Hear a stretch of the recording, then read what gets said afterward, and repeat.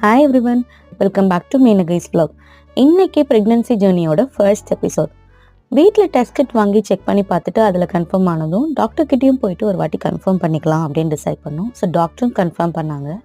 அவங்க கன்ஃபார்ம் பண்ணதுக்கு அப்புறமா நாங்கள் எங்களோட என்டையர் ப்ரெக்னன்சியை தமிழ்நாடு கவர்மெண்ட் ஹாஸ்பிட்டலில் தான் பார்த்தோம்.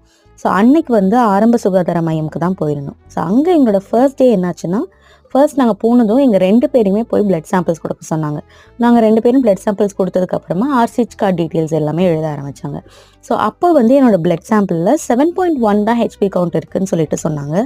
ஸோ டாக்டர் இது ஹை ரிஸ்க் கேஸ்மா, நீங்கள் அயன் சுக்ரலோஸ் எடுத்துக்கிறீங்களா இல்லை டயட்லேயே கண்ட்ரோல் பண்ணுறீங்களான்னு கேட்டாங்க.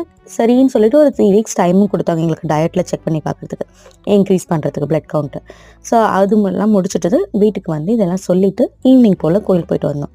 ஸோ நாளைக்கு ஆர்சிஹெச் கார்டுனா என்ன, நாங்கள் எப்படி எங்களோட பிளட் கவுண்ட்டை ஹெச்பி கவுண்ட்